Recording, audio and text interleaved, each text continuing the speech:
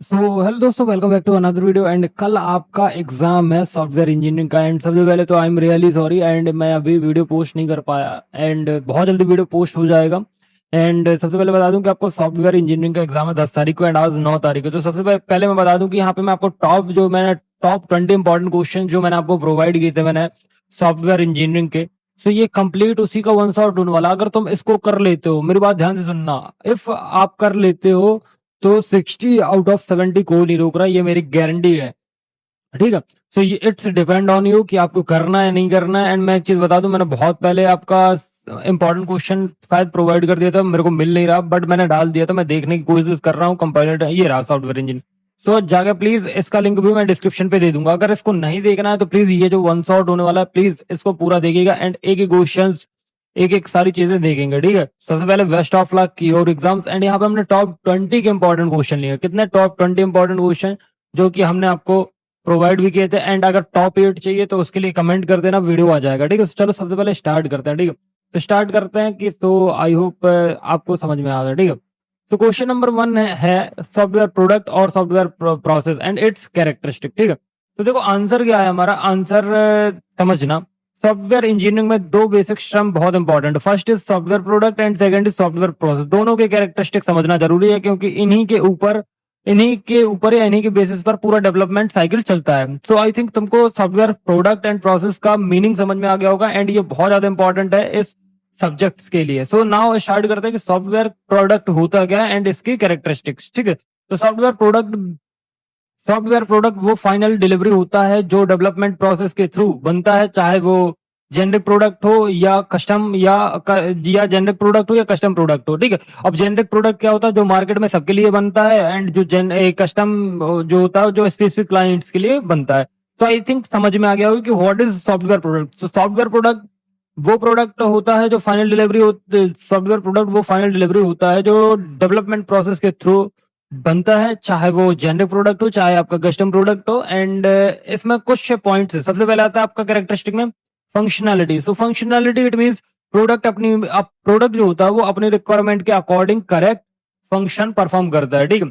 And now अब आता है functionality and second is reliability. So reliability जो है सिस्टम बिना फेल हुए लंबे टाइम तक कंसिस्टेंटली काम करे। ठीक है। जो हमारा सिस्टम है वो बिना फेल हुए क्या बिना फेल हुए लंबे टाइम तक क्या करे, काम करे। ठीक है। एंड यूजेबिलिटी, तो देखो यूजर इंटरफेस इजी और यूजर फ्रेंडली हो, लर्निंग कर्व कम हो। ठीक है। एंड इफिशियंसी, तो इफिशियंसी में आता है आपका जो रिसोर्स यूज करो, सीपीयू, मेमोरी टाइम, ये सब क्या हो, ये इनका सबका यूज ऑप्टिमम हो। ठीक है। मेलेबिलिटी, तो मेंटेनेबिलिटी में क्या होता है कि फ्यूचर में चेंजेस बग्स फिक्स आसानी से हो सकते हो। ठीक है। पोर्टेबिलिटी, एक एनवायरनमेंट से दूसरे एनवायरनमेंट में ऑपरेटिंग सिस्टम हार्डवेयर को इजिली इजिली ले जा सके एंड वो इजिली चल सके। तो नाउ इतना तुमको समझ में आ गया होगा। ठीक है। नाउ अब बात करते हैं कि सॉफ्टवेयर प्रोसेस क्या। तो सॉफ्टवेयर प्रोसेस एक एक्टिविटी होती है। देखो जो हमारा सॉफ्टवेयर प्रोडक्ट है, सॉफ्टवेयर प्रोसेस है, वो एक्टिविटीज का सॉफ्टवेयर प्रोडक्ट प्रोसेस एक्टिविटीज का वो स्ट्रक्चर होता है जिसमें सॉफ्टवेयर प्रोडक्ट डेवलप होता है। जैसे रिक्वायरमेंट हो गया, रिक्वायरमेंट गैदरिंग के बाद डिजाइन हो गया, कोडिंग हो गया, टेस्टिंग हो गया, डेवलपमेंट और मेंटेनेंस हो गया। ठीक है। फिर इसमें आता है अंडरस्टैंडेबिलिटी। अंडरस्टैंडेबिलिटी मतलब प्रोसेस क्लियरली डिफाइंड हो, सब स्टेप्स इजिली समझ जाएं। एंड विजिबिलिटी में क्या होता है? प्रोसेस की एक्टिविटीज और उनके आउटकम्स क्लियरली विजिबल या ट्रेसेबल होते हैं। ठीक है। सपोर्टेबिलिटी में क्या होता है? केस टूल से प्रोसेस एक्टिविटीज सपोर्ट हो सके। एंड एक्सेप्टेबिलिटी, प्रोसेस प्रैक्टिकल हो, इंजीनियर्स यूज करें और कंफर्टेबल हो। ठीक है। रिलायबिलिटी, प्रोसेस जो होता है वो प्रोसेस में एरर कम हो, अच्छे क्वालिटी प्रोडक्ट प्रोड्यूस हो, ये सारी चीजें। एंड रोबस्टनेस मतलब प्रॉब्लम्स आने पर भी प्रोसेस कंटिन्यू रहे। ठीक है। जो हमारा रोबस्टनेस है, इसमें क्या होता है कि जो हमारी प्रोसेस होती है उसमें प्रॉब्लम आने पर भी हमारी जो प्रोसेस होती है वो क्या रहे, कंटिन्यूस रहे। ठीक है।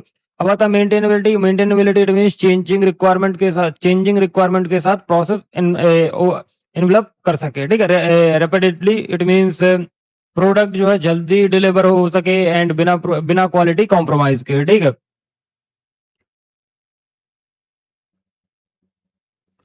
तो देखो सबसे पहले ध्यान से सुनना कि प्रोडक्ट एंड प्रोसेस समझ लिया एंड इनका थोड़ा सा क्विक कंपैरिजन बता देता हूँ। तो देखो इनका मीनिंग समझना कि सॉफ्टवेयर प्रोडक्ट का मतलब होता है फाइनल आउटपुट या डिलीवरेबल। ठीक है। और जो हमारा सॉफ्टवेयर प्रोसेस है वो activities to build that output. ठीक है। And focus what is delivered, focus किस में होता है कि हमने क्या डिलीवर किया, हाउ इट इज डिलीवर्ड, ठीक है।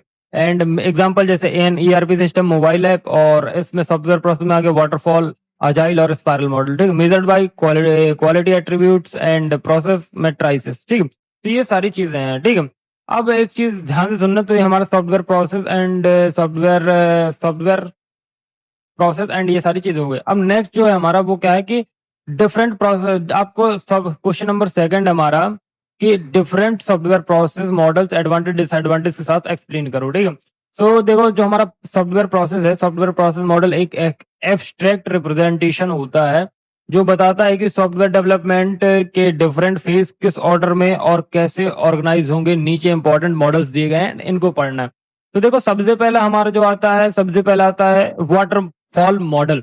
तो वाटरफॉल मॉडल जो होता है ये सबसे बेसिक या सबसे पुराना या सिंपलेस्ट मॉडल होता है, जिसमें डेवलपमेंट लीनियर सीक्वेंशियल ऑर्डर में होता है। एक फेज कंप्लीट होने के बाद अगला फेज स्टार्ट होता है, एंड इसमें एक फेज में क्या होता है, रिक्वायरमेंट एनालिसिस होता है, रिक्वायरमेंट का एनालिसिस किया जाता है, डिजाइन सिस्टम किया जाता है, डिजाइन सिस्टम के बाद इम्प्लीमेंटेशन मतलब कोडिंग पार्ट यहाँ पे किया जाता है, एंड फिर कोडिंग पार्ट के बाद टेस्टिंग की जाती है, टेस्टिंग के बाद डिप्लॉय किया जाता है ऑनलाइन सर्वर या क्लाइंट्स को, एंड फिर उसका मेंटेनेंस। तो ऐसे हमारा काम करता है waterfall model, and waterfall model सबसे बेसिक मॉडल्स है, ठीक है। इसके एडवांटेज क्या है, ये भैया सिंपल और समझने में इजी होता है, डॉक्यूमेंटेशन स्ट्रांग होती है, स्मॉल और वेल डिफाइंड रिक्वायरमेंट वाले प्रोजेक्ट के लिए बेस्ट होता है, ठीक है। डिसएडवांटेज क्या है, रिक्वायरमेंट चेंज होने पर फ्लेक्सिबल नहीं होता है, रिजिड होता है, ठीक है। वर्किंग सॉफ्टवेयर बहुत लेट मिलता है, रिस्क लेट पता चलता है, ठीक है। तो देखो जो हमारा वाटरफॉल मॉडल है, आई थिंक तुमको समझ में आ गया हो। अब नाउ स्पाइरल मॉडल समझते हैं। तो जो स्पाइरल मॉडल है, स्पाइरल मॉडल का मतलब क्या है, ये रिस्क ड्राइवन मॉडल होता है जिसमें डेवलपमेंट जो होता है वो स्पाइरल मतलब सर्कुलर फॉर्म में रिपीट होता है। हर लूप में 4 एक्टिविटीज होती हैं, objective setting, risk analysis, development and validation, and last one is planning. तो देखो ध्यान से समझना, ये हमारा स्पाइरल मॉडल है। तो यहाँ पे देखो आप ऐसा कर सकते हो, एंड ये कहाँ से स्टार्ट हुआ, यहाँ से स्टार्ट हुआ, एंड ऐसे ऐसे ऐसे ये स्पाइरल शेप में। तो देखो फर्स्ट इज रिस्क, मतलब आप कहीं से planning, review, development and validation, risk analysis, objective setting या फाइनल प्रोडक्ट, जो भी आप जहां से भी स्टार्ट करना चाहें। इसके दो एडवांटेज है, पहला है कि हाई रिस्क प्रोजेक्ट के लिए बेस्ट होता है, रिस्क एनालिसिस हर फेज में होती है। देखो एक चीज इसमें ध्यान से समझना कि यहाँ पे जो हाई रिस्क होता है, हाई रिस्क प्रोजेक्ट के लिए बेस्ट होता है, और रिस्क एनालिसिस जो रिस्क होता है वो रिस्क एनालिसिस हर फेज में होते हैं, ठीक है। एडवांटेज क्या है, कस्टमर फीडबैक बार बार मिलता है, ठीक है। जो कस्टमर फीडबैक होता है वो बार बार प्रोवाइड करते रहते हैं, ठीक है। आई थिंक तुमको कस्टमर फीडबैक जो हमको मिलता है वो समझ में आ रहा होगा, ठीक है।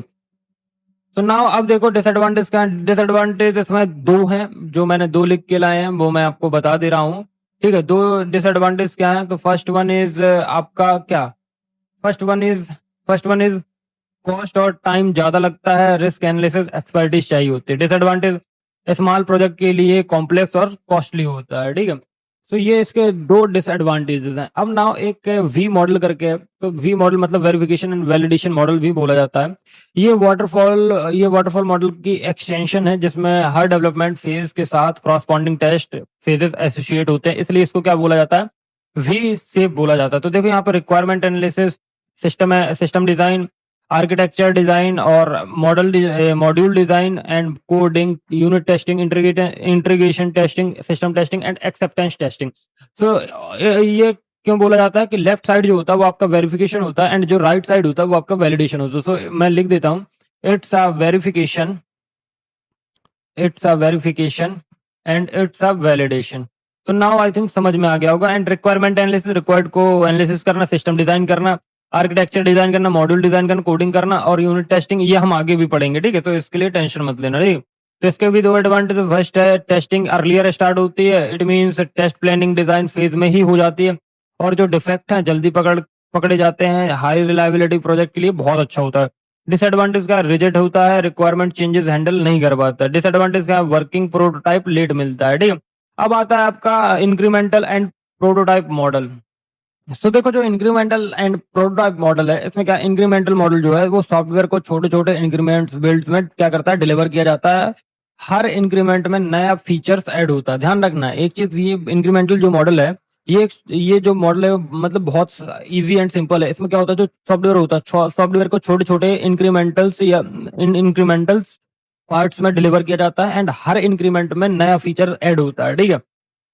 प्रोटोटाइप समझ लो, पहले एक वर्किंग प्रोटोटाइप बनाया जाता है जिससे कस्टमर रिक्वायरमेंट रिफाइन करके फिर फाइनल सिस्टम बनाया जाता है, ठीक। कंपैरिजन टेबल में देख लो वाटरफॉल, एंड ये बेस्ट है एंड ये मेन ड्रॉबैक है। तो हम यहाँ पे बेस्ट और मतलब एडवांटेज और ड्रॉबैक देख रहे हैं सीधी सीधे। इस पर वाटरफॉल मॉडल का क्या है कि ये स्टेबल होता है, क्लियर रिक्वायरमेंट पता होती है, इसमें फ्लेक्सिबिलिटी और नो चेंजेस, ठीक है। स्पाइरल लार्ज होता है, हाई रिस्क प्रोजेक्ट के लिए बहुत बढ़िया होता है, लेकिन ये कॉस्टली होता है और नीड रहती है रिस्क एक्सपर्टीज की। अगर रिस्क एक्सपर्टीज नहीं है तो भैया हम इसको खो बैठते हैं। V model safety criticals, high reliability, ठीक है। अब आता है रिजिड लेट प्रोटोटाइप, तो ये सारी चीजें आती हैं, ठीक है ना। लास्ट में आता है हमारे क्या, इंक्रीमेंटल मॉडल। तो इंक्रीमेंटल मॉडल में क्या है, इंक्रीमेंटल मॉडल में है project needing earlier partial delivery और नीड्स गुड आर्किटेक्चर अपफ्रंट। तो ये सारे इसके ड्रॉबैक्स एंड एडवांटेज टाइप है। अब आता है आपका एक बहुत ही इंपॉर्टेंट RUP, जिसको रेशनल यूनिफाइड प्रोसेस बोला जाता है, एंड अजाइल प्रोसेस। तो agile process and RUP explain करना है, ठीक है। अजाइल क्या है, तो सही देखो, अजाइल जो प्रोसेस है ये एक इटरेटिव और इंक्रीमेंटल अप्रोच है जो फ्लेक्सिबिलिटी, कस्टमर कोलैबोरेशन और डिलीवरी इसको डिलीवरी को फास्ट डिलीवर। देखो, जो हमारी अजाइल प्रोसेस है, अजाइल प्रोसेस एक इटरेटिव और इंक्रीमेंटल अप्रोच है जो फ्लेक्सिबिलिटी, कस्टमर कोलैबोरेशन और फास्ट डिलीवरी पर फोकस करता है। रिक्वायरमेंट और solution self organising cross functional teams के थ्रू इवॉल्व होते हैं। और जो हमारा अजाइल मैनिफेस्टो है ये 4 कोर वैल्यू पर बेस्ड होता है, individual and intersections over process and tools. Working software में comprehensive documentation, customer collaboration over contract negotiation and responding to the change over following plans. तो देखो, सबसे पहले ध्यान देना कि प्रोडक्ट का बैकलॉग, ठीक है, and sprint planning, sprint backlog. Then यहाँ पे आता है आपका डेली स्क्रम एंड ये स्प्रिंट है 2 और 4 वीक की, और sprint retro and development and build and sprint review, ठीक है। एंड ये जो हमारा अजाइल प्रोसेस है ये स्क्रम का क्या है, फ्रेमवर्क है। तो भैया ये स्क्रम है एंड स्क्रम का फ्रेमवर्क है, ठीक है। एंड बाकी एक चीज मैं बता देता हूँ आपको कि जो हमारा अजाइल है, अजाइल एक बहुत बढ़िया प्रोसेस है। एंड अजाइल जो है वो मतलब रियल टाइम पे क्या कर सकता है, रियल टाइम पे भी हमें प्रोजेक्ट या आंसर्स प्रोवाइड कर सकता है। क्या प्रोवाइड कर सकता है, तो देखो, सबसे पहले मैं आपको बता देता हूँ कि जो हमारी अजाइल मेथोडोलॉजी है उसमें बहुत सारे फेजेस होते हैं। कौन कौन से फेजेस होते हैं आपको पता है, लाइक आपका क्या हो गया, आपका analyse, plan, design, build, test, develop, ये सारी चीजें, ठीक है। फिर आता है इसके कैरेक्टरिस्टिक है। तो डेवलपमेंट शॉर्ट साइकिल में होता है, स्प्रिंट जनरली 2 और 4 वीक की होती है। कंटिन्यूस कस्टमर को फीडबैक और इन्वॉल्वमेंट मिलता है। देखो, यही पॉइंट मैं बोल रहा था कि जो हमारा कस्टमर है उसको इन्वॉल्वमेंट मिलता है एंड परमानेंटली उसको कंटिन्यूसली फीडबैक मिलता है, ठीक है। वर्किंग सॉफ्टवेयर फ्रिक्वेंटली डिलीवर होता है एंड चेंजिंग रिक्वायरमेंट को वेलकम किया जाता है, इवन लेट इन डेवलपमेंट, ठीक है। डेली स्टैंड अप मीटिंग से टीम कम्युनिकेशन स्ट्रांग रहते हैं, ठीक है। इसके एडवांटेज देख लो, तो फास्ट डिलीवरी और कस्टमर सेटिस्फेक्शन हाई होती है। एंड जो हमारा चेंजेस हैं वो इजीली एकमेंडेटेड हो जाते हैं, और डॉक्यूमेंटेशन इसमें कम करना होता है, ठीक है। डॉक्यूमेंटेशन होता है जो कम करना होता है। एंड डिसएडवांटेज क्या, लार्ज एंड कॉम्प्लेक्स प्रोजेक्ट के लिए प्लानिंग मुश्किल हो जाती है, ठीक है।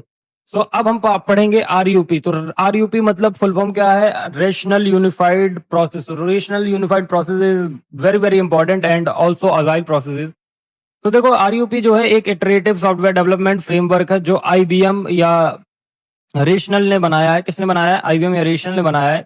ये use case driven architecture centric और रिस्क फोकस्ड अप्रोच फॉलो करता है। RUP को 2 डायमेंशन में ऑर्गेनाइज किया जाता है। फर्स्ट इज डायनेमिक डायमेंशन जो फेज होता है, and second is static dimension, ठीक है। स्टैटिक डायमेंशन को वर्क फ्लोज भी बोला जाता है। तो देखो, जो हमारा डायनेमिक डायमेंशन है तो इसमें क्या होता है, इंस्पेक्शन, एलेबोरेशन, कंस्ट्रक्शन, ट्रांजिशन, ये टाइम के साथ प्रोसेस का लाइफ साइकिल दिखाते हैं, ठीक है। और नाउ जो हमारा स्टैटिक डायमेंशन है ये क्या करता है कि business modelling, requirement analysis and design implementation, test, development जैसे डिसिप्लिन हर फेज में अलग अलग इंटेंसिटी से चलते हैं, ठीक है। नाउ RUP के 4 फेज होते हैं। First is inspection it means project scope, business और केस और फिजिबिलिटी डिफाइन होती है। सेकंड इज एलेबोरेशन, मतलब आर्किटेक्चर डिजाइन होता है, मेजर रिस्क एड्रेस किए जाते हैं, ठीक है। Now second third is construction, it means actual coding implementation यही होती है, सिस्टम बिल्ड यही होता है, ठीक है। ट्रांजिशन सिस्टम यूजर को डिलीवर होता है एंड डेवलपमेंट और ट्रेनिंग होती है, ठीक है। नाउ ध्यान रखना आरयूपी को हमेशा iterative plus incremental plus use case driven plus architecture centric इन 4 कीवर्ड से डिफाइन किया जाता है। एग्जामिनर को तुरंत पता चल जाएगी कॉन्सेप्ट क्लियर है, ठीक है।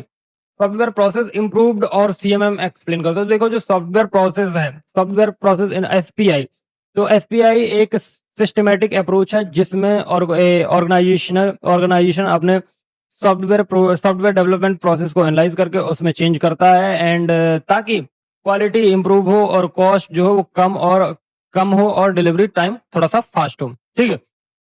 एसआईपी की साइकिल क्या है? एसआईपी की साइकिल क्या है? तो साइकिल समझ लो। तो ये पहला क्या, प्रोसेस मेजरमेंट, करंट प्रोसेस की परफॉर्मेंस मेजर की जाती है मैट्रिक्स कलेक्ट करके। देखो 4 ऊपर की रहती है एंड ये हम 5वां यहाँ पे, ठीक है। प्रोसेस एनालिसिस, एग्जिस्टिंग फेज में वीकनेस और बॉटलनेक आइडेंटिफाई की जाती है। Process change, improvement suggestions implement किए जाते हैं, नए टूल्स टेक्निक्स अडॉप्ट होते हैं, ठीक है। Now compatibility maturity model, so it's a very important. So CMM जो होता है वो सॉफ्टवेयर इंजीनियरिंग इंस्टीट्यूट मतलब एसईआई द्वारा बनाया गया है, एक फ्रेमवर्क है जो ऑर्गेनाइजेशन की प्रोसेस और मैच्योरिटी मेजर करता है, जिसमें 5 मैच्योरिटी लेवल होते हैं। फर्स्ट इज लेवल 1 में क्या होता है, इनिशियल, सेकंड में रिपीटेबल, थर्ड में डिफाइंड, फोर्थ में मैनेज्ड एंड 5 में ऑप्टिमाइजिंग। तो जो हमारा सीएमएम है, सीएमएम कैपेबिलिटी मैच्योरिटी लेवल्स, इसमें कितने लेवल्स होते हैं? 5 लेवल्स होते हैं, ठीक है। 5 लेवल्स होते हैं। First is initial, repeatable, defined and managed, optimising.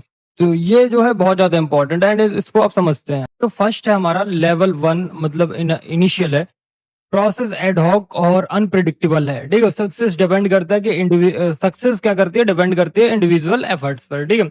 Now now अब बात करते हैं कि लेवल 2 पर। तो लेवल 2 क्या है? Repeatable, basic project management process stabilise हो चुके हैं एंड पास्ट सक्सेस जो होते हैं वो रिपीट हो सकते हैं, ठीक है।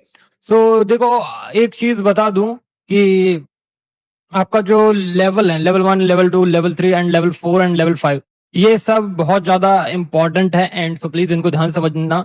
सो आई होप आपको फर्स्ट लेवल समझ में आ गया, सेकंड रिपीटेबल समझ में आ गया। Now third is defined. तो डिफाइंड जो है वो प्रोसेस पूरी ऑर्गेनाइजेशन में स्टैंडर्डाइज और डॉक्यूमेंटेड है।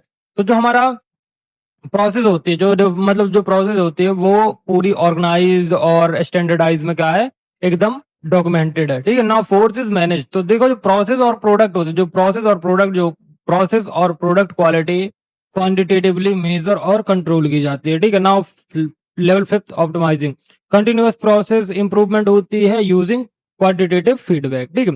तो ये इसका इंपॉर्टेंट है, ठीक है। आई थिंक तुमको समझ में आ गया होगा। एंड नाउ अब हम बात करते हैं सीएमएम के बेनिफिट्स। तो देखो सीएमएम आपको पता ही होगा कि सीएमएम का फुल फॉर्म मैंने आपको बताया है ऊपर क्या होता है। प्लीज मेरे को कमेंट में बताइएगा, मैं नहीं बताने वाला हूँ, ठीक है। सो सीएमएम के बेनिफिट्स मतलब एडवांटेज क्या है? सॉफ्टवेयर क्वालिटी में इंप्रूवमेंट होता है, प्रोजेक्ट कॉस्ट और शेड्यूल प्रिडिक्टिबिलिटी बेटर होती है और कस्टमर कॉन्फिडेंस बढ़ता है ऑर्गेनाइजेशन की मेच्योरिटी देखकर and continuous improvement cultural develop, जो हमारा कंटिन्यूअस इंप्रूवमेंट है वो कल्चरल डेवलप होता है, ठीक है। नाउ अब जो नेक्स्ट है आपको product matrix, process matrix explain करनी है किसमें, सॉफ्टवेयर इंजीनियरिंग में। सो देखो फर्स्ट क्वेश्चन मतलब फर्स्ट हम क्या करेंगे, एक्सप्लेन करेंगे। सो देखो हमारा जो सॉफ्टवेयर प्रोडक्ट है या प्रोसेस मैट्रिक्स या प्रोडक्ट मैट्रिक्स है, सबसे पहले हम इनका बेसिक डेफिनेशन जानते हैं, ठीक है। सो देखो जो हमारा सॉफ्टवेयर मैट्रिक्स है वो क्वांटिटेटिव मेजर होते हैं, ठीक है, जो सॉफ्टवेयर प्रोडक्ट की क्वालिटी और डेवलपमेंट प्रोसेस की परफॉर्मेंस को मेजर करने के लिए यूज होते हैं, ठीक है। ये दो कैटेगरीज में बनते हैं। फर्स्ट इज प्रोडक्ट मैट्रिक्स और प्रोडक्ट मैट्रिक्स हो गया and product matrix and process matrix, ठीक है।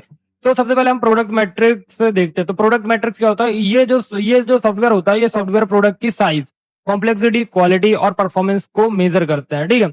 तो सबसे पहले साइज ओरिएंटेड मैट्रिक्स मतलब लाइंस ऑफ कोड मतलब एलओसी, फंक्शन पॉइंट्स, एफपी जैसे मेजर से प्रोडक्ट साइज मेजर किया जाता है, ठीक है ना। कॉम्प्लेक्सिटी मैट्रिक्स साइक्लोमेटिक कॉम्प्लेक्सिटी से प्रोग्राम की और लॉजिकल कॉम्प्लेक्सिटी मेजर होती है। जो देखो जो हमारा साइक्लोमेटिक कॉम्प्लेक्सिटी है, क्या है? साइक्लोमेटिक कॉम्प्लेक्सिटी है। साइक्लोमेटिक कॉम्प्लेक्सिटी से प्रोग्राम की लॉजिकल कॉम्प्लेक्सिटी क्या होते हैं? मेजर होती है। ठीक है। क्वालिटी मैट्रिसेस मतलब defect density, reliability, maintainability index जैसे मेजर्स की जाती है। ठीक है। Now second is process matrix. तो देखो प्रोसेस मैट्रिक्स क्या है? ये जो सॉफ्टवेयर है, ये जो सॉफ्टवेयर डेवलपमेंट प्रोसेस है, ये सॉफ्टवेयर डेवलपमेंट प्रोसेस की इफिशियंसी, इफेक्टिवनेस को मेजर करते हैं। ठीक है। तो सबसे पहला आता है हमारा क्या? Effort matrix. तो एफर्ट मैट्रिक्स में क्या होता है कि एफर्ट मैट्रिक्स मतलब पर्सन आवर्स या पर्सन पर मंथ जो डेवलपमेंट में लगते हैं। ठीक है। एंड टाइम मैट्रिसेस मतलब टाइम मैट्रिक्स में शेड्यूल के against actual time taken, and जो हमारा डिफेक्ट रिमूवल एफिशिएंसी है वो टेस्टिंग फेज में कितने डिफेक्ट फाइंड या फिक्स होते हैं। ठीक है। नाउ कॉस्ट मैट्रिसेस में actual cost versus estimate cost किया जाता है। तो देखो मैं एक चीज बता दूं कि प्रोडक्ट मैट्रिक्स और प्रोसेस मैट्रिक्स आता है एग्जाम में। ठीक है। तो प्लीज अगर तुमको ये वाले नोट्स चाहिए तो नोट्स कहाँ पे मिलेंगे? टेलीग्राम चैनल को ज्वाइन कर लो या हमारे व्हाट्सएप ग्रुप या व्हाट्सएप चैनल को ज्वाइन कर लो, वहां पे सारी चीजें प्रोवाइड कर दी जाएंगी। ठीक। अब थोड़ा सा डिफरेंस भी देख लेते हैं। तो फर्स्ट क्या है आपका? ये किसके बेसिस पे? फोकस, एग्जांपल, पर्पस के बेसिस पे। Product matrix, process matrix. तो फोकस क्या है? सॉफ्टवेयर प्रोडक्ट की एट्रीब्यूट एंड डेवलपमेंट प्रोसेस की परफॉर्मेंस। ठीक है। एंड नाउ एग्जांपल में एलओसी है, कॉम्प्लेक्सिटी है, डिफेक्ट डेंसिटी। ठीक है। नाउ सेकंड में एफर्ट और कॉस्ट और शेड्यूल और वेरिएंस। ठीक है। पर्पस में प्रोडक्ट क्वालिटी एसेसन करना एंड प्रोसेस इंप्रूवमेंट करना, ये सारी चीजें। ठीक है। नाउ अब बात करते हैं मैट्रिक्स कलेक्ट करने का मेन पर्पस क्या है। तो देखो जैसे मैट्रिसेस कलेक्ट करने का मेन पर्पस है like better estimation, quality control और कंटिन्यूअस प्रोसेस इंप्रूवमेंट, जिससे फ्यूचर प्रोजेक्ट ज्यादा प्रेडिक्टेबल बन सकते हैं। ठीक है। ना क्वेश्चन नंबर 6 आता है हमारा किस चीज का? क्वेश्चन नंबर 6 है फंक्शनल और नॉन फंक्शनल रिक्वायरमेंट को एक्सप्लेन करना।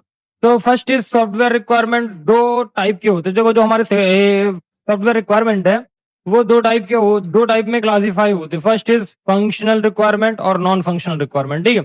ये जो होती है, देखो फंक्शनल रिक्वायरमेंट अलग होता है, नॉन फंक्शनल रिक्वायरमेंट अलग होता है, जो हम आगे समझेंगे। इन रिक्वायरमेंट्स को क्लियरली डिफाइन करना एसआरएस डॉक्यूमेंटेशन कहलाता है। मतलब सॉफ्टवेयर रिक्वायरमेंट स्पेसिफिकेशन डॉक्यूमेंट का सबसे इंपॉर्टेंट पार्ट होता है।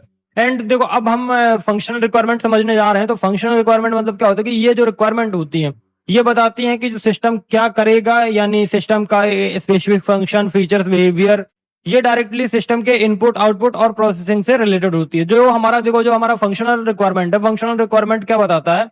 ये रिक्वायरमेंट ये बताती है कि हमारा जो सिस्टम है वो करेगा क्या, यानी ये स्पेसिफिक फंक्शन, फीचर्स, बिहेवियर बताते हैं हमारे सिस्टम्स के।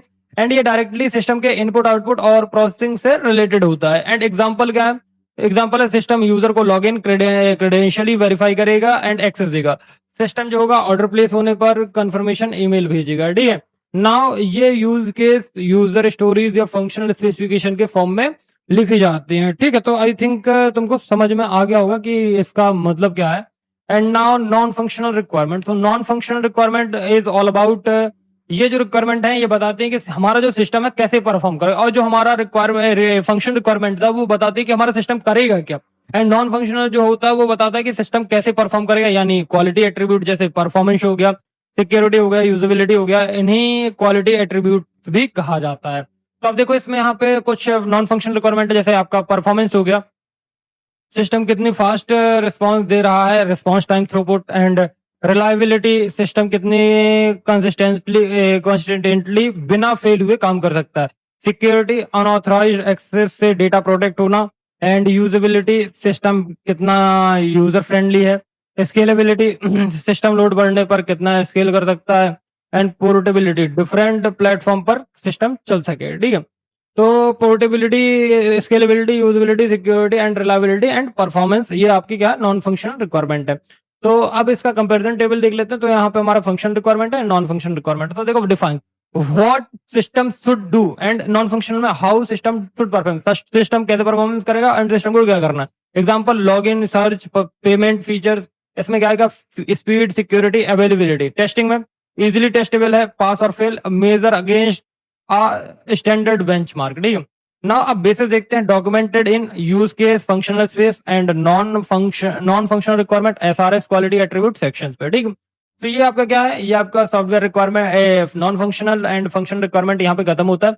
ना अब भैया आता है एक इम्पोर्टेंट क्वेश्चन है जो कि सॉफ्ट रिक्वायरमेंट एलिडेशन टेक्निक्स और इनके सोर्सेस को एक्सप्लेन करना। तो एलिडेशन टेक्निक मैं बता देता हूँ कि रिक्वायरमेंट एलिडेशन मींस रिक्वायरमेंट इंजीनियरिंग का पहला स्टेप होता है। देखो ध्यान रखना, जो हमारा रिक्वायरमेंट है वो इंजीनियरिंग का पहला स्टेप होता है, जिसमें स्टेक होल्डर से उनकी नीड और एक्सपेक्टेशंस गैदर की जाती है। ये प्रोसेस डिस्कवर करता है कि सिस्टम को एक्चुअली क्या करना चाहिए। देखो जो रिक्वायरमेंट इंजीनियरिंग प्रोसेस है वो फर्स्ट है आपका रिक्वायरमेंट एलिडेशन। तो रिक्वायरमेंट एलिडेशन मैं आपको सारे समझाऊंगा। रिक्वायरमेंट एनालिसिस आपको पता ही है, requirement specification, SRS software requirement specification, requirement validation and requirement management. So now अब हम समझते हैं कि व्हाट इज रिक्वायरमेंट एलिडेशन टेक्निक्स। तो देखो इंटरव्यू क्या करते हैं, जो स्टेक होल्डर होते हैं, स्टेक होल्डर तो समझते होंगे, स्टेक होल्डर से वन ऑन वन या ग्रुप डिस्कशन करके रिक्वायरमेंट पूछते हैं, ताकि पूछताछ की जाती है। जैसे सपोज मैं आपसे आपके रिक्वायरमेंट पूछूं, भैया आपकी रिक्वायरमेंट क्या, तो आप बोलो भैया मेरे को आप प्लीज आप हमें ये इंपॉर्टेंट क्वेश्चंस के आंसर प्रोवाइड कर दीजिए, पीडीएफ प्रोवाइड कर दीजिए, ठीक है ना। क्वेश्चनरीज या सर्वे बड़े नंबर ऑफ यूजर से स्ट्रक्चर्ड क्वेश्चन के थ्रू डेटा कलेक्ट किया जाता है, ठीक है। बड़े जो नंबर ऑफ यूजर्स होते हैं उनसे क्या किया जाता है कि डेटा कलेक्ट किया जाता है। ब्रेन स्ट्रोमिंग में क्या होता है, ब्रेन स्ट्रोमिंग में होता है टीम टीम मिलकर नए आइडियाज और पॉसिबल रिक्वायरमेंट्स को क्या करती है, डिस्कस करती है। एनालिस्ट एक्चुअल, देखो ये ब्रेन स्ट्रोमिंग हो गया, ठीक है ना। अब हम बात करते हैं ऑब्जर्वेशन की। ऑब्जर्वेशन में क्या, ऑब्जर्वेशन एनालिस्ट जो होते हैं एक्चुअल वर्क एनवायरनमेंट में जाकर यूजर को काम करते हुए ऑब्जर्व करते हैं, ठीक है। प्रोटोटाइपिंग एक सैंपल सैंपल सिस्टम या मॉक सिस्टम बनाकर यूजर से फीडबैक लिया जाता है। अब आता है use case workshop, JAD, it means joint application development session में डेवलपर्स और यूजर मिलकर रिक्वायरमेंट फाइनलाइज करते हैं, ठीक है। Document analyze, it means existing system के डॉक्यूमेंट हो गए एंड मैनुअल रिपोर्ट हो गई, एंड इन रिपोर्ट्स को क्या किया जाता है, स्टडी किया जाता है। सो आई होप तुमको ये भी समझ में आया। अब आता है source of requirement. So first is stakeholder, existing system, domain knowledge, document and regularisation, and last one is business environment. तो देखो जो स्टेक होल्डर्स होते हैं वो क्लाइंट और एंड यूजर्स मैनेजर जो सिस्टम में यूज करेंगे या इफेक्ट होंगे। देखो जो हमारा स्टेक होल्डर्स होता है वो क्लाइंट हो गया, एंड यूजर होगा, एंड मैनेजर जो सिस्टम को यूज करेंगे या इफेक्ट होंगे, ठीक है। एग्जिस्टिंग सिस्टम, पुराना सिस्टम जिससे नए सिस्टम की बेस रिक्वायरमेंट मिलती है। डोमेन नॉलेज, बिजनेस डोमेन के रूल्स और स्टैंडर्ड, ठीक है। डॉक्यूमेंट और regulation, government rules, industry standard के लीगल कंप्लायंसेस डॉक्यूमेंटेड है। Business environment, market condition, competitor और ऑर्गेनाइजेशनल गोल्स होता है, ठीक है। तो एक चीज ध्यान रखना, एलिडेशन टेक्निक याद रखने के लिए आप अच्छे से इंटरव्यू और questionnaires, brainstorming, observation, prototyping, JD ये अच्छे से याद रखना, ठीक है। अब हम बात करेंगे हमारे रिक्वायरमेंट एनालिसिस और यूज केस मॉडलिंग को। तो प्लीज एक्सप्लेन करिए use case modelling and requirement analysis. तो सबसे पहले हम रिक्वायरमेंट एनालिसिस समझते हैं। तो रिक्वायरमेंट एनालिसिस वो प्रोसेस है जिसमें एलाइड किए गए रॉ रिक्वायरमेंट को क्या किया जाता है, रिफाइन किया जाता है, ऑर्गेनाइज किया जाता है एंड पेट्रोटाइज किया जाता है, ताकि हम उनमें कॉन्फ्लिक्ट, एम्बिग्यूटीज और इनकम्प्लीटनेस ना रहे। ये इंश्योर करता है कि रिक्वायरमेंट क्लियर हो, कंसिस्टेंट हो और फीजिबल हो। नाउ अब देखो एक चीज ध्यान रखना कि रिक्वायरमेंट एनालिसिस के स्टेप्स क्या होते हैं। तो रिक्वायरमेंट एनालिसिस के स्टेप्स होते हैं, फर्स्ट इज क्लासिफिकेशन, मतलब रिक्वायरमेंट को फंक्शनल नॉन फंक्शनल कैटेगरीज में कैटेगराइज करो, एंड कॉन्सेप्चुअल मॉडलिंग, रिक्वायरमेंट को डायग्राम, डीएफडी, ईआर और यूज केस के थ्रू मॉडल करना है, ठीक है। फिर आता है नेगोशिएशन, कॉन्फ्लिक्टिंग रिक्वायरमेंट को स्टेक होल्डर के साथ डिस्कस करके क्या करना, रिजॉल्व किया जाता है, ठीक है। प्रियोरिटाइजेशन, इट मींस रिक्वायरमेंट को इंपॉर्टेंस के हिसाब से रैंक करना, एंड ये होता है मॉस्को सिस्टम, ठीक है ना। यूज केस मॉडलिंग समझते हैं भैया। यूज केस मॉडलिंग जो है बहुत ज्यादा इंपॉर्टेंट है। First is use case modelling जो होती है यूएमएल का एक टेक्निक है जिससे सिस्टम की फंक्शनैलिटी रिक्वायरमेंट को एक्टर और सिस्टम के बीच में इंटरेक्शन के फॉर्म में डायग्रामेटिकली रिप्रेजेंट किया जाता है। देखो जो यूज केस मॉडलिंग है ये एक यूएमएल टेक्निक है, ठीक है। तो ध्यान रखना जो हमारा सिस्टम है या सिस्टम की फंक्शनल रिक्वायरमेंट है उसको एक्टर और सिस्टम के फॉर्म में रिप्रेजेंट किया जाता है, एंड इनके बीच में क्या किया जाता है, इंस्ट्रक्शंस करवाया जाता है, एंड डायग्रामेटिकली इसको रिप्रेजेंट किया जाता है। नाउ ध्यान रखना कि एक्टर एक्सटर्नल एंटिटीज, यूजर या दूसरा सिस्टम जो सिस्टम से इंटरेक्ट करता है, ठीक है। नाउ यूज के सिस्टम का एक स्पेसिफिक फंक्शनैलिटी टास्क जो एक्टर के लिए क्या होता है, वैल्यू प्रोवाइड करता है, एंड जो सिस्टम बाउंड्री मतलब ये डिफाइन करता है कि सिस्टम के अंदर क्या है और बाहर क्या है, ठीक है। रिलेशनशिप इंक्लूड करता है मैंडेटरी सब फ्लो, एक्सटेंड करता है optimal subflow and generalise inheritance between use करता है। ठीक है, तो ये तुम्हारे 7 या 8 क्वेश्चन तुम्हारे यहाँ पे कंप्लीट होते हैं। एंड अब हम पढ़ेंगे SRS मतलब software requirement specification on requirement validation with traceability. ठीक है, तो नाउ एक्सप्लेन करते हैं SRS। ठीक है, तो देखो सॉफ्टवेयर रिक्वायरमेंट स्पेसिफिकेशन, तो देखो जो SRS है ये एक फॉर्मल डॉक्यूमेंट होता है जिसमें सॉफ्टवेयर की सारी फंक्शनल और नॉन फंक्शनल रिक्वायरमेंट को क्लियरली लिखा जाता है। ये डेवलपर और क्लाइंट के बीच में एक एग्रीमेंट या कॉन्ट्रैक्ट की तरह काम करता है। ठीक है, SRS की कैरेक्टरिस्टिक क्या है, तो देखो सबसे पहले करेक्टनेस, रिक्वायरमेंट जो है एक्यूरेट होनी चाहिए, क्योंकि रिक्वायरमेंट अगर आपकी एक्यूरेट नहीं होगी तो उस जो आप रिक्वायरमेंट दोगे उसी हिसाब से आपका जो है SRS बनेगा। ठीक है, नाउ सेकंड इज अनएम्बिगुअस, एक ही इंटरप्रिटेशन हो, कंफ्यूजन बिल्कुल ना हो। तो देखो ये बहुत ज्यादा इंपॉर्टेंट है। ठीक है, सो ध्यान रखना कंप्लीट मतलब सारी रिक्वायरमेंट्स कवर होती हैं। ठीक है, सारी जो रिक्वायरमेंट्स हैं वो कवर है। कंसिस्टेंस, रिक्वायरमेंट में कोई कॉन्ट्रडिक्शन नहीं होना चाहिए। ठीक है, वेरीफाइबल मतलब हर रिक्वायरमेंट टेस्ट की जाए हो, वेरीफाई हो। एंड आपका जो ट्रेसेबल है मतलब ओरिजिन से लेकर इम्प्लीमेंटेशन तक ट्रेस की जाती हो। ठीक है, आई थिंक इतना समझ में आ गया होगा। एंड तो ध्यान से सुनो, 5-6 कैरेक्टरिस्टिक है। First is correct, unambiguous, complete, consistent, verifiable and traceability. So these are the characteristic of software requirement specification. Now अब हम पढ़ेंगे रिक्वायरमेंट वैलिडेशन। तो रिक्वायरमेंट वैलिडेशन वो प्रोसेस है जिसमें चेक किया जाता है कि जो हमारा SRS डॉक्यूमेंट है, SRS डॉक्यूमेंटेशन में लिखी गई रिक्वायरमेंट्स एक्चुअली कस्टमर की नीड को सही तरह से रिप्रेजेंट करती हैं या नहीं करती हैं, और कोई एरर तो नहीं आ रहा है। तो देखो जो रिक्वायरमेंट वैलिडेशन है, यहाँ पे हम हमारी जो कस्टमर की रिक्वायरमेंट होते हैं उसको वैलिडेट करते हैं कि जो हमारा रिक्वायरमेंट की डिमांड है वो सही है या नहीं है, एंड हम उसी के अकॉर्डिंग काम कर रहे हैं या नहीं कर रहे हैं। तो ये सारी चीजें होती हैं रिक्वायरमेंट वैलिडेशन। तो रिक्वायरमेंट रिव्यू किया जाता है, टीम मेंबर SRS को मैनुअली चेक करते हैं और एरर के लिए। ठीक है, प्रोटोटाइप दिखाकर कस्टमर से कंफर्म करवाया जाता है। टेस्ट केस जनरेशन मतलब रिक्वायरमेंट से टेस्ट केस बनाकर देखा जाता है कि वो टेस्टेबल है या नहीं है। ठीक है, ना रिक्वायरमेंट ट्रेसेबिलिटी, तो देखो रिक्वायरमेंट ट्रेसेबिलिटी का मतलब होता है हर रिक्वायरमेंट को उसके ओरिजिन से लेकर डिजाइन को कोड हो गया, टेस्ट हो गया और केस तक क्या करना, शेयर करना या लिंक ट्रेस करना। इससे ये इंश्योर होता है कि रिक्वायरमेंट मिस ना हो और चेंज इंपैक्ट एनालिसिस आसान हो। तो देखो दो टाइप की ट्रेसेबिलिटी होती है। फर्स्ट इज आपका होता है forward traceability and second is backward traceability. तो देखो फॉरवर्ड ट्रेसेबिलिटी क्या होती है कि रिक्वायरमेंट से डिजाइन कोड टेस्ट तक ट्रेस करना। ठीक है, एंड जो हमारा है क्या, backward.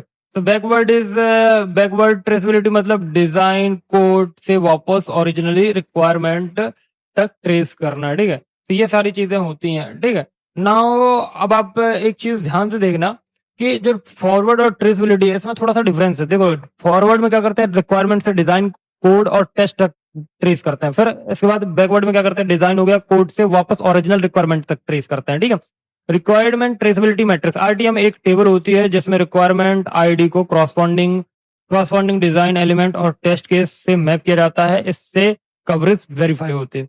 So now I think अब सारी क्लियर चीजें हैं। अब हमारे पास 10 क्वेश्चन बचे हैं, तो 10 क्वेश्चन हमें और पढ़ना अच्छे से, तो ध्यान से देखिएगा। ठीक है, तो what is software design process and design principle को एक्सप्लेन करना। तो सॉफ्टवेयर डिजाइन वो फेज है जिसमें रिक्वायरमेंट को कन्वर्ट किया जाता है किसमें, एक ब्लूप्रिंट में, जिससे एक्चुअल कोडिंग हो सके। डिजाइन प्रोसेस में सिस्टम की आर्किटेक्चर और कंपोनेंट इंटरफेस और डेटा डिसाइड किया जाता है। देखो जो हमारा सॉफ्टवेयर डिजाइन ये एक ऐसा फेज होता है जिसमें हम मतलब जिसमें रिक्वायरमेंट को कन्वर्ट करते हैं एक ब्लूप्रिंट में कि कैसे बनाना है, क्या बनाना है। डिजाइन प्रोसेस में सिस्टम का आर्किटेक्चर क्या होगा, कंपोनेंट क्या होगा, इंटरफेस क्या होगा, इन सब चीजों को हम क्या करते हैं, डिसाइड करते हैं। तो सॉफ्टवेयर डिजाइन प्रोसेस के स्टेप्स क्या होते हैं। फर्स्ट है आर्किटेक्चरल डिजाइन मतलब सिस्टम की हाई लेवल स्ट्रक्चर और मेजर कंपोनेंट डिसाइड किया जाता है। ठीक है, इंटरफेस डिजाइन सिस्टम कंपोनेंट और यूजर के बीच में इंटरफेस डिफाइन किया जाता है। कंपोनेंट लेवल डिजाइन मींस हर मॉड्यूल कंपोनेंट का इंटरनल डिटेल डिजाइन किया जाता है।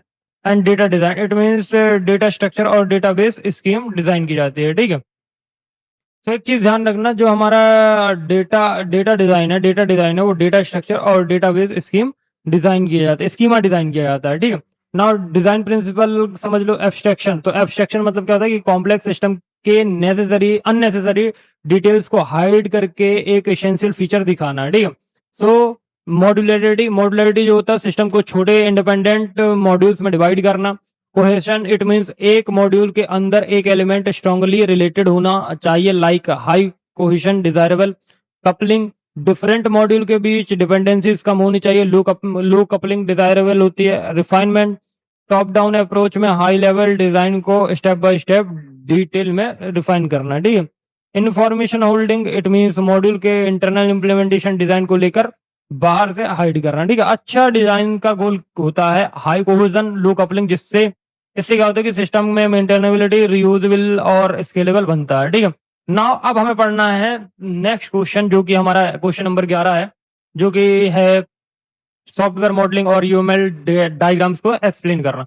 तो देखो, सॉफ्टवेयर मॉडलिंग एक टेक्निक है जिससे कॉम्प्लेक्स सॉफ्टवेयर सिस्टम को ग्राफिकली और डायग्रामेटिकली फॉर्म में रिप्रेजेंट किया जाता है, ताकि डिजाइन और स्ट्रक्चर इजीली समझा जा सके। यूएमएल का फुल फॉर्म होता है यूनिफाइड मॉडलिंग लैंग्वेज, एंड ये जो होता है यूएमएल सबसे पॉपुलर मॉडलिंग लैंग्वेज है जो स्टैंडर्ड नोटेशंस प्रोवाइड करती है। तो यूएमएल के डायग्राम्स क्या, सबसे पहले स्ट्रक्चरल डायग्राम देख लो। सिस्टम का स्टैटिक व्यू देते हैं। First is class diagram, system की क्लासेस, उनकी एट्रीब्यूट और उनके रिलेशनशिप को दिखाता है। ऑब्जेक्ट डायग्राम, रन टाइम पर ऑब्जेक्ट और उनके रिलेशनशिप का स्नैपशॉट होता है। कंपोनेंट डायग्राम, सिस्टम के फिजिकल कंपोनेंट और उनकी डिपेंडेंसीज को दिखाता है, ठीक है। Deployment diagram, it means hardware nodes पर सॉफ्टवेयर कंपोनेंट का डेवलपमेंट होता है, ठीक है। अब आता है सॉरी बिहेवियरल डायग्राम, सिस्टम का dynamic view, it means use case diagram, actor और सिस्टम के फंक्शनल इंटरेक्शन दिखाता है। सीक्वेंस डायग्राम, ऑब्जेक्ट के बीच टाइम के ऑर्डर में मैसेज का एक्सचेंज। एक्टिविटी डायग्राम में बिजनेस प्रोसेस या वर्क फ्लो के स्टेप्स को फ्लो होता है। स्टेट चार्ट डायग्राम, ऑब्जेक्ट के लाइफ साइकिल में डिफरेंट स्टेट और transition. Collaboration diagrams, it means object के बीच इंटरसेक्शन ऑर्गेनाइजेशन के पर्सपेक्टिव से, ठीक है ना। यूएमएल के बेनिफिट क्या, तो यूएमएल का बेनिफिट क्या है कि कॉम्प्लेक्स सिस्टम को विजुअली समझना इजी होता है। डेवलपर्स, क्लाइंट और स्टेक होल्डर के बीच कॉमन लैंग्वेज मिलती है, एंड डिजाइन डॉक्यूमेंटेशन स्टैंडर्डाइज रहती है, एंड सिस्टम के लिए डिफरेंट व्यू लाइक सिस्टमेटिक या डायनेमिक एक साथ कैप्चर होते हैं, ठीक है ना। क्वेश्चन नंबर 12 है आर्किटेक्चरल डिजाइन स्टाइल और व्यूज एक्सप्लेन करना। तो देखो, जो हमारा सॉफ्टवेयर आर्किटेक्चर है वो एक सिस्टम का हाई लेवल स्ट्रक्चर को डिफाइन करता है। कंपोनेंट, उनके रिस्पॉन्सिबिलिटी और उनके बीच interaction, architectural system reusable solution provide करते हैं कॉमन डिजाइन प्रॉब्लम्स के लिए, ठीक है। एंड जो हमारा कॉमन आर्किटेक्चरल स्टाइल्स है, लाइक लेयर्ड आर्किटेक्चर मतलब सिस्टम को हॉरिजॉन्टल लेयर्स में ऑर्गेनाइज किया जाता है, जैसे प्रेजेंटेशन, बिजनेस, डेटा लेयर्स। हर लेयर सिर्फ अपने एडजेसेंट लेयर से इंटरेक्ट करती है। किससे एडजेसेंट से मतलब किससे इंटरेक्ट करती है? अपने अपने एडजेसेंट लेयर से, ठीक है ना। Client server architecture, it mean system दो पार्ट्स में डिवाइड किया जाता है। फर्स्ट इज क्लाइंट और सेकंड इज सर्वर। तो क्लाइंट में क्या होता है कि रिक्वेस्ट भेजा जाता है और सर्वर में रिस्पॉन्स प्रोवाइड किया जाता है, ठीक है। फिर आता है पाइप एंड फिल्टर आर्किटेक्चर। तो डेटा एक सीरीज ऑफ प्रोसेसिंग कंपोनेंट मतलब फिल्टर से पाइप के थ्रू पास होता है और हर फिल्टर डेटा ट्रांसफॉर्म करता है, ठीक है ना। आता है रिपोजिटरी आर्किटेक्चर। सारे कंपोनेंट एक shared central data store repository के थ्रू क्या करते हैं, कम्युनिकेट करते हैं। And micro services architecture, system को छोटी इंडिपेंडेंट लूजली कपल्ड सर्विस में डिवाइड किया जाता है, ठीक है। तो नाउ देखो, ये आपका लेयर्ड आर्किटेक्चर का वो है, क्या बोलते हैं, सिस्टम है। तो presentation layer, application layer, domain layer and data access layer, ये इसका डायग्राम है। तो देखो, आर्किटेक्चरल व्यू, इसको 4+1 व्यू मॉडल भी कहा जाता है, ठीक है। तो 4+1 व्यू मॉडल आर्किटेक्चर को मल्टीपल पर्सपेक्टिव से डिस्क्राइब किया गया है। लॉजिकल व्यू में मतलब सिस्टम की फंक्शनैलिटी और एंड यूजर के पर्सपेक्टिव से, लाइक क्लास एंड ऑब्जेक्ट्स।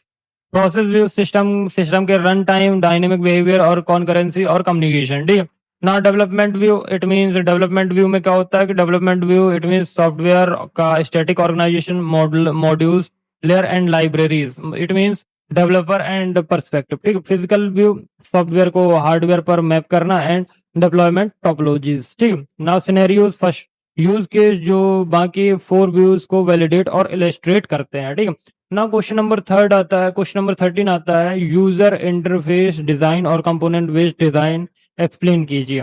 तो देखो यूआई मतलब यूजर इंटरफेस डिजाइन का वो प्रोसेस है जिसमें सिस्टम और यूजर के बीच का इंटरेक्शन डिजाइन किया जाता है ताकि यूजर इजीली और इफिशिएंटली सिस्टम यूज कर सके। इसका गोल होता है यूजर फ्रेंडली, इंट्यूटिव और एरर फ्री इंटरफेस बनाना है, ठीक है। UI design golden rule, user control मतलब यूजर को सिस्टम पर कंट्रोल का फीलिंग देना, लाइक अंडो और cancel option. And consistency, similar situation में सिमिलर एक्शन टर्मिनोलॉजी यूज करना। रिड्यूस मेमोरी लोड, यूजर को ज्यादा चीजें या याद रखने की जरूरत ना पड़े। तो देखो रिड्यूस मेमोरी लोड, यूजर को ज्यादा चीजें याद रखने की जरूरत ना पड़े। फीडबैक, हर यूजर का मीनिंगफुल फीडबैक मिलना चाहिए, जो हमारा यूजर है उसका क्या मिलना चाहिए, फीडबैक मिलना चाहिए। एरर प्रिवेंशन एंड हैंडलिंग, तो एरर होने से पहले प्रिवेंट करना और अगर ना हो तो क्लियर मैसेज प्रोवाइड करना, ठीक है। अब बात करते हैं UI process, UI design process. तो user task and environmental analysis, user कौन है, क्या काम करेंगे किस एनवायरमेंट में। तो interface design, screen navigation control का डिजाइन करना। Interface building, prototype actual interface implement करना। And interface validation, usability testing के थ्रू इंटरफेस को वेरीफाई करना, ठीक है। नाउ कंपोनेंट बेस्ड डिजाइन, तो कंपोनेंट बेस्ड डिजाइन क्या होता है। कंपोनेंट बेस्ड डिजाइन एक अप्रोच है जिसमें सॉफ्टवेयर सिस्टम को प्री एग्जिस्टिंग रीयूजेबल कंपोनेंट करके बनाया जाता है इंस्टेड ऑफ सब कुछ स्क्रैच से डेवलप करने में। तो फर्स्ट इज कंपोनेंट, एक इंडिपेंडेंट रिप्लेसेबल मॉड्यूल जो वेल डिफाइंड इंटरफेस प्रोवाइड करता है। Reusability, existing test component reuse होते हैं, डेवलपमेंट टाइम और कॉस्ट कम बढ़ता है, कम होता है। Interface based interaction, it means component एक दूसरे से सिर्फ डिफाइंड इंटरफेस के थ्रू इंटरेक्ट करते हैं, लाइक इंटरनल इंप्लीमेंटेशन हिडन रहता है, ठीक है। अब आता है सीबीडी, तो सीबीडी के कंपोनेंट बेस्ड डिजाइन के बेनिफिट है, faster implementation, better quality, already tested component, easy maintenance and scalability, ठीक है। नाउ अब बात करते हैं स्टैटिक और डायनेमिक सॉफ्टवेयर एनालिसिस की। सो एक्सप्लेन करो, please explain static and dynamic software analysis. तो सॉफ्टवेयर की क्वालिटी वेरीफाई करने के लिए दो मेन एनालिसिस अप्रोच यूज होती है। फर्स्ट इज स्टैटिक एनालिसिस और second one is dynamic analysis. दोनों का गोल जो होता है, गोल डिफेक्ट फाइंड करना होता है, लेकिन टेक्निक अलग अलग होती है। तो फर्स्ट इज स्टैटिक एनालिसिस। तो स्टैटिक एनालिसिस में सॉफ्टवेयर को बिना एग्जीक्यूट किए एनालाइज किया जाता है। देखो ध्यान रखना, स्टैटिक जो होता है, स्टैटिक में सॉफ्टवेयर को बिना एग्जीक्यूट किए क्या किया जाता है, एनालाइज किया जाता है। सोर्स को, डिजाइन डॉक्यूमेंट को डायरेक्टली रिव्यू या एग्जामाइन किया जाता है, ठीक है। Code review, it means walk through भी बोल सकते हो। तो कोड रिव्यू में टीम मेंबर मैनुअली कोड पढ़कर एरर ढूंढते हैं या सर्च करते हैं। Code inspection, formal structured process जिसमें चेकलिस्ट के अगेंस्ट कोड चेक होता है। एंड स्टैटिस्टिक एनालिसिस टूल्स मतलब ऑटोमेटेड टूल्स जैसे लिंटर्न्स, इसमें कोड में पोटेंशियल बग्स, अनयूज्ड वेरिएबल और स्टाइल इशूज डिटेक्ट करते हैं, ठीक है। एडवांटेज, बग बहुत अर्ली स्टेज में पकड़े जाते हैं एंड कोडिंग जो होती है कोडिंग फेज में ही, एंड कॉस्ट बहुत ज्यादा कम लगती है, ठीक है। Disadvantage, run time, behaviour, performance issues detect नहीं कर सकते हैं, ठीक है। ना अब बात करते हैं डायनेमिक एनालिसिस की। तो डायनेमिक एनालिसिस में सॉफ्टवेयर को एक्चुअली एग्जीक्यूट या रन करके उसका बिहेवियर एनालाइज किया जाता है या रियल टेस्ट डेटा के साथ। तो देखो डायनेमिक में क्या होता है कि डायनेमिक एनालिसिस में सॉफ्टवेयर जो होता है, सॉफ्टवेयर को एक्चुअल में एग्जीक्यूट या रन करके उसका बिहेवियर जो होता है उसको एनालाइज किया जाता है या रियल टेस्ट डेटा देकर टेस्ट किया जाता है। तो टेस्टिंग, सॉफ्टवेयर को रन करके यूनिट इंटीग्रेशन, सिस्टम टेस्टिंग की जाती है। डीबगिंग, रन टाइम एरर को ट्रेस करके उनका रूट कॉज ढूंढा जाता है। प्रोफाइलिंग, प्रोग्राम की performance, memory, CPU uses, execution के टाइम पे मेजर की जाती है। Advantage, actual run time, behaviour और परफॉर्मेंस इशूज डिटेक्ट होते हैं, ठीक है। डिसएडवांटेज क्या है, सिर्फ वही पाथ टेस्ट होते हैं जो एक्चुअल में एग्जीक्यूट होते हैं, पूरा कोड कवर नहीं किया जाता, ठीक। Comparison table, so first is comparison table में देखो स्टैटिक और dynamic. So first is execution, so code execute नहीं होता है स्टैटिक में और कोड एक्चुअल एग्जीक्यूट होता है डायनेमिक में। स्टेज, अर्ली स्टेज होती है before testing run time stage पे। Example, code review, walk through और यूनिट टेस्टिंग, डीबगिंग, ठीक है। नाउ डिफेक्ट, सिंटेक्स एरर या कोड स्मेल्स और रन टाइम एरर या परफॉर्मेंस में इशूज, ठीक है। नाउ क्वेश्चन नंबर 15 आता है, सॉफ्टवेयर टेस्टिंग फंडामेंटल और टेस्ट प्रोसेस को एक्सप्लेन करो। तो सॉफ्टवेयर टेस्टिंग एक प्रोसेस है जिसमें सॉफ्टवेयर को एग्जीक्यूट या वेरीफाई किया जाता है ताकि ताकि वो अपनी रिक्वायरमेंट के अकॉर्डिंगली करेक्टली काम कर रहा है या नहीं, ये डिफेक्ट आइडेंटिफाई किए जाते हैं। तो देखो, जो हमारा सॉफ्टवेयर टेस्टिंग है ये एक इम्पोर्टेंट पार्ट है। तो प्लीज इसको अच्छे से समझना। तो सॉफ्टवेयर, जो हमारा सॉफ्टवेयर है, क्या सॉफ्टवेयर टेस्टिंग, तो सॉफ्टवेयर टेस्टिंग के यहाँ पे फंडामेंटल्स पढ़ रहे हैं एंड बहुत इंपॉर्टेंट है। सो सॉफ्टवेयर टेस्टिंग एक प्रोसेस होता है जिसमें सॉफ्टवेयर को क्या किया जाता है, एग्जीक्यूट करके वेरीफाई किया जाता है एंड वो अपनी रिक्वायरमेंट्स के अकॉर्डिंगली करेक्टली काम कर रहा है या नहीं कर रहा है, ये डिफेक्ट आइडेंटिफाई किया जाता है। टेस्टिंग के फंडामेंटल ऑब्जेक्टिव क्या है? डिफेक्ट, बग्स आइडेंटिफाई करना जो रिक्वायरमेंट्स को डेविएट करते हैं, सिस्टम की रिलायबिलिटी और क्वालिटी को कंफर्म किया जाता है। Verification, are we building the product right, और validation, are we building the right product. ठीक है। अब आता है level of testing. So there are various type of levels. First is unit testing, integration, system testing and acceptance testing. तो इनको अच्छे से पढ़ लेना क्योंकि ये कभी कभार सिंगल सिंगल भी पूछे जाते हैं। तो first is unit testing. So unit testing में क्या होता है कि इंडिविजुअल मॉड्यूल जैसे फंक्शन को आइसोलेट करके क्या करना, टेस्ट करना। ठीक है। नाउ सेकंड आता है आपका इंटीग्रेशन टेस्टिंग। तो मल्टीपल मॉड्यूल्स को कंबाइन करके उसके इंटरेक्शन को टेस्ट करना। सिस्टम टेस्ट, पूरे इंटीग्रेटेड सिस्टम को एंड टू एंड टेस्ट करना। एक्सेप्टेंस टेस्टिंग, क्लाइंट हो गया, यूजर हो गया, इनके द्वारा फाइनल वेरिफिकेशन की सिस्टम रिक्वायरमेंट सेटिस्फाई करना। अब टेस्ट प्रोसेस क्या होता है, तो देखो स्टेप समझ लो। Test planning, test strategy, scope, resource और शेड्यूल डिसाइड करना। टेस्ट ड्राइवन, टेस्ट केस और टेस्ट डेटा प्रिपेयर करना। Test environment steps, hardware software environment testing के लिए रेडी करना। एंड एग्जीक्यूशन, टेस्ट केस को रन करके एक्चुअल वर्सेस एक्सपेक्टेड रिजल्ट को कंपेयर करना। ठीक है। अब ध्यान से देखना, डिफेक्ट रिपोर्टिंग एंड ट्रैकिंग, मिले हुए बग्स को लॉग करना और फिक्स होने तक ट्रेस करना। ठीक है। टेस्ट क्लोजर, टेस्टिंग कंप्लीट होने पर समरी रिपोर्ट प्रोवाइड करना या बनाना। अब बात करते हैं हम किसकी, ब्लैक बॉक्स और व्हाइट बॉक्स टेस्टिंग टेक्निक्स की। ये बहुत आता है एग्जाम में, ब्लैक बॉक्स और या व्हाइट बॉक्स। ठीक है।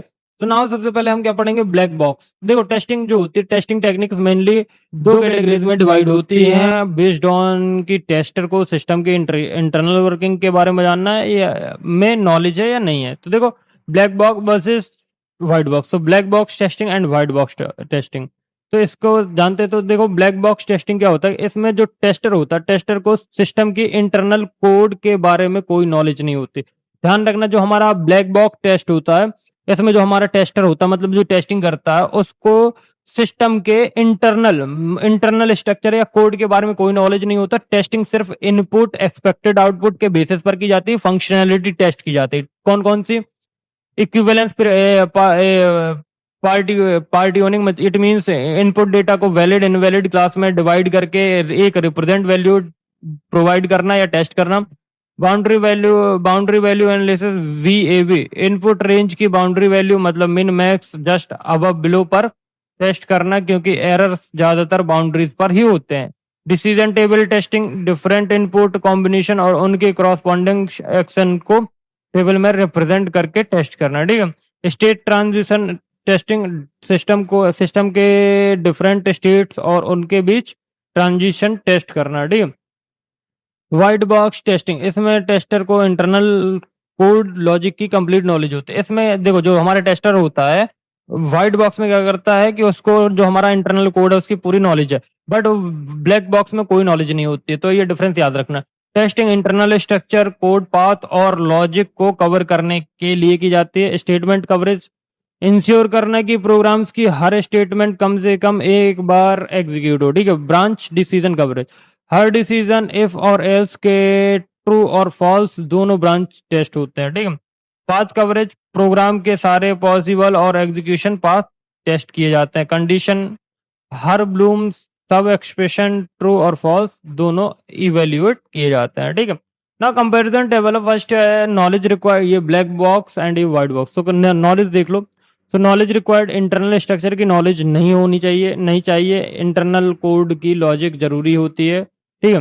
परफॉर्म करता है independent tester, developer tester with coding knowledge, basis requirement and specification, source code and logic, also known as functional behavior testing and structural glass box testing.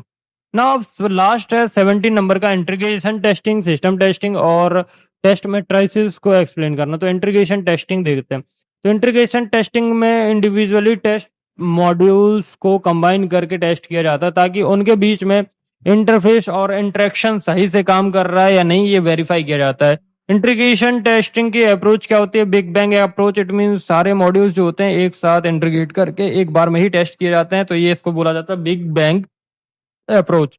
Top down approach, top level module से पहले test होते हैं, lower level modules stubs से replace होते हैं।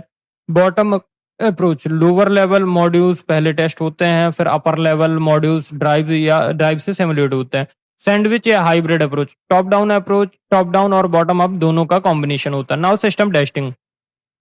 तो system testing में पूरे इंटीग्रेटेड सिस्टम को एज होल टेस्ट किया जाता है, रियल वर्ल्ड एनवायरनमेंट को सिमिलर सेटअप, ताकि कंफर्म हो सके कि सिस्टम अपनी कंप्लीट फंक्शनल और नॉन फंक्शनल रिक्वायरमेंट सेटिस्फाई करता है। तो फंक्शनल टेस्टिंग, सिस्टम की फीचर्स रिक्वायरमेंट के अकॉर्डिंग काम कर रही है नहीं कर रहे। Performance testing, system speed, load और हैंडलिंग कैपेसिटी चेक करना। सिक्योरिटी टेस्टिंग, सिस्टम की वल्नरेबिलिटीज और अनऑथराइज्ड एक्सेस से सेफ है या नहीं। रिकवरी टेस्टिंग, फेलियर के बाद सिस्टम कितनी जल्दी रिकवर करता है। ठीक है। ना टेस्ट मैट्रिसेस क्वांटिटेटिव मेजर है जो टेस्टिंग प्रोसेस की इफेक्टिवनेस और सॉफ्टवेयर क्वालिटी को इवेल्यूट करता है। Defect density, total defect size of software. ठीक है। Now second one is test coverage, कितना percent code requirement test cover कर रहा है या नहीं कर रहा है। Defect removal efficiency, testing phase में कितने परसेंट डिफेक्ट फाइंड, फिक्स या रिलीज हुए। टेस्ट टेस्ट के पास मतलब फेल रेशियो, टोटल की इसमें कितना पास और कितना फेल हुए। ठीक है। तो नाउ नेक्स्ट क्वेश्चन है सॉफ्टवेयर मेंटेनेंस और कॉन्फ़िगर मैनेजमेंट को एक्सप्लेन करना है। तो सॉफ्टवेयर मैनेजमेंट देखते हैं। ठीक। सो देखो, जो हमारा सॉफ्टवेयर मेंटेनेंस है वो एक एक्टिविटी है जो सॉफ्टवेयर डेवलपमेंट के बाद की जाती है, ताकि सॉफ्टवेयर करेक्टली काम करता रहे, एरर फिक्स रहे और नए एनवायरनमेंट रिक्वायरमेंट के अकॉर्डिंगली अपडेट होता रहे। ठीक है। Now type of software maintenance, first is corrective maintenance, second is adaptive maintenance. तो फर्स्ट में क्या होता है कि जो हमारा फर्स्ट है, कौन सा फर्स्ट है हमारा करेक्टिव मेंटेनेंस, मतलब डिप्लॉयमेंट के बाद मिले हुए बग्स और डिफेक्ट को फिक्स करना। एडेप्टिव मेंटेनेंस, चेंजिंग एनवायरनमेंट, नया ऑपरेटिंग सिस्टम, हार्डवेयर के अकॉर्डिंगली सिस्टम को क्या करना, मॉडिफाई या मेंटेन करना। ठीक है। नाउ परफेक्टिव मेंटेनेंस, सिस्टम की परफॉर्मेंस फंक्शनैलिटी इंप्रूव करना, नए फीचर्स ऐड करना। और preventive maintenance, it means future problems को प्रिवेंट करने के लिए कोड को रिस्ट्रक्चर या ऑप्टिमाइज करना। ना सॉफ्टवेयर कॉन्फ़िगरेशन मैनेजमेंट, तो एससीएम आता है।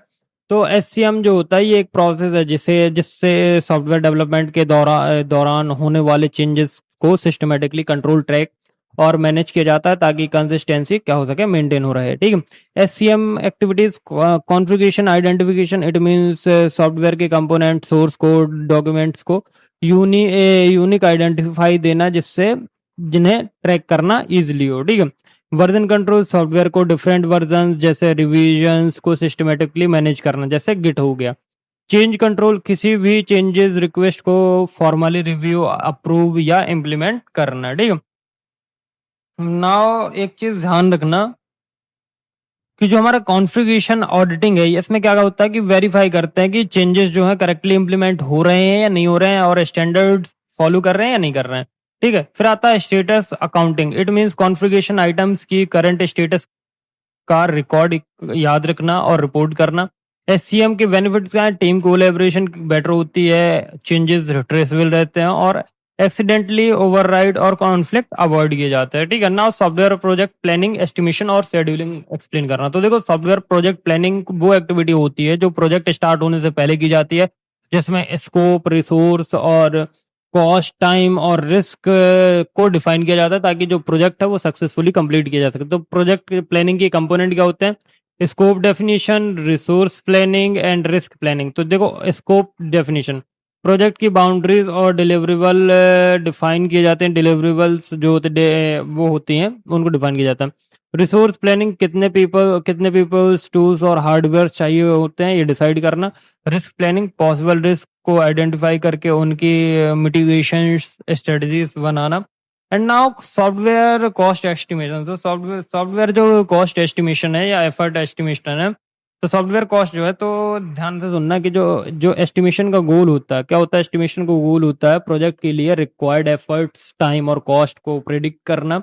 एंड कॉमन टेक्निक्स होते हैं जो हम यूज करते हैं। तो first is expert judgement.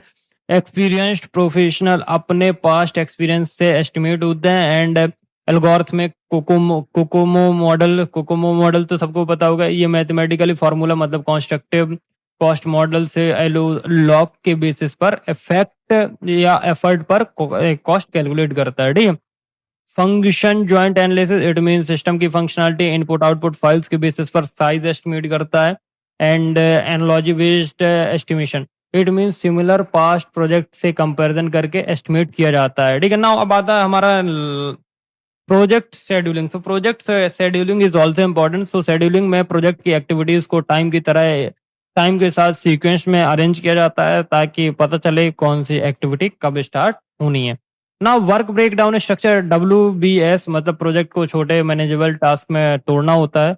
Gantt chart, it means bar chart format में एक्टिविटीज और उनकी टाइमलाइंस को दिखाना। ठीक है। पर्ट और CPM, एक्टिविटीज के डिपेंडेंसीज और क्रिटिकल पाथ आइडेंटिफाई करके शेड्यूल ऑप्टिमाइज करना। ठीक है।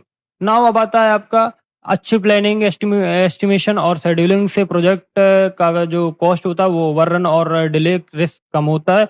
एंड और जो रिसोर्सेज होते हैं उनका यूटिलाइजेशन बढ़िया होता है। ठीक है ना। अब एक चीज ध्यान से देखना, अब लास्ट टॉपिक है जो आपका बहुत ज्यादा इम्पोर्टेंट है एंड ये एग्जाम में पूछा जाता है, तो प्लीज इसको थोड़ा सा और ध्यान से कर लेना। बाकी आपका टॉप 20 इंपॉर्टेंट क्वेश्चंस खत्म होने की ओर है एंड मैं बता दूं कि इससे बाहर नहीं जाएगा एग्जाम। ठीक है।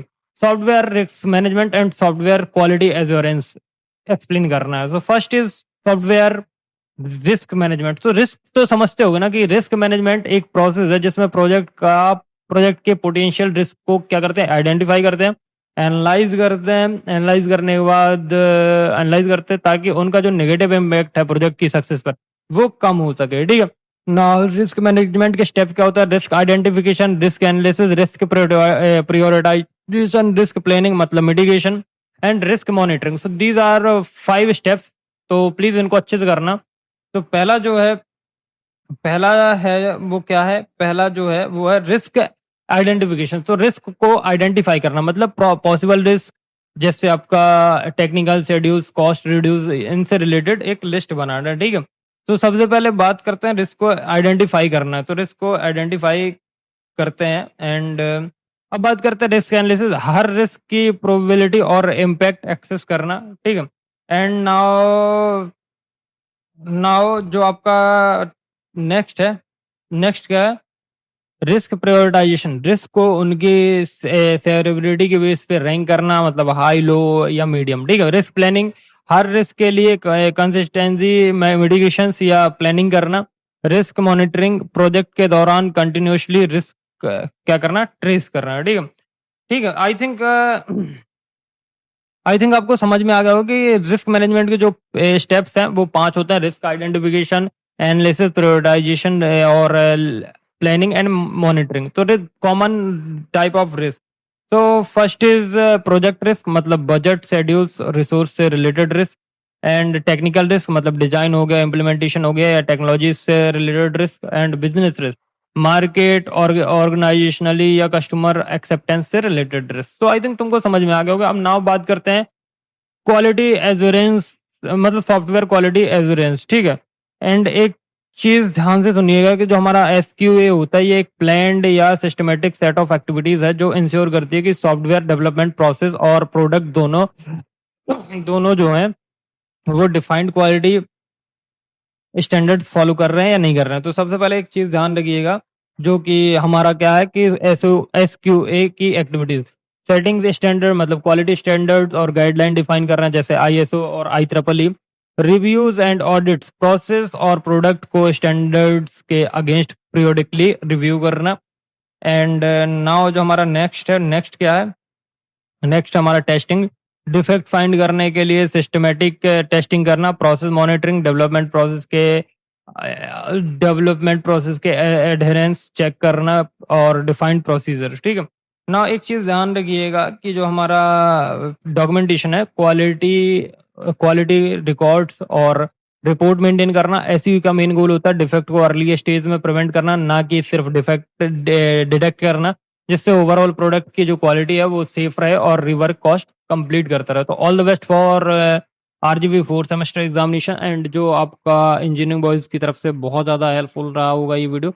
तो एक चीज़ बता दूं कि तुमको अगर ये नोट्स चाहिए तो नोट्स भी मिल जाएंगे, एंड इम्पॉर्टेंट तो है ही है। तो प्लीज़ मेरी एक रिक्वेस्ट है कि प्लीज़ प्लीज़ प्लीज़ आप लोग चैनल पे जाइएगा। सो प्लीज़ चैनल को सब्सक्राइब कर दीजिएगा एंड वीडियो को लाइक कर दीजिएगा। एंड आपको ये वीडियो के देखने के बाद आपको कोई भी वीडियोस देखनी नहीं पड़ेगी, it's my promise. And thank you for watching and all the best for examination. And अब जो नेक्स्ट एग्जाम है सीएस का है, सीओए का एंड डेटा साइंस का है, IDS introduction to data science. And जो अदर ब्रांचेस है प्लीज उनका भी कमेंट कर दीजिएगा कौन सा एग्जाम है, तो मैं उसी का important and one shots provide करूँ। तो thank you for watching and keep supporting, keep updating me. And please channel को सब्सक्राइब कर लीजिएगा, वीडियो को लाइक कर दीजिएगा एंड बेल आइकन को प्रेस जरूर करिएगा। So thank you for watching.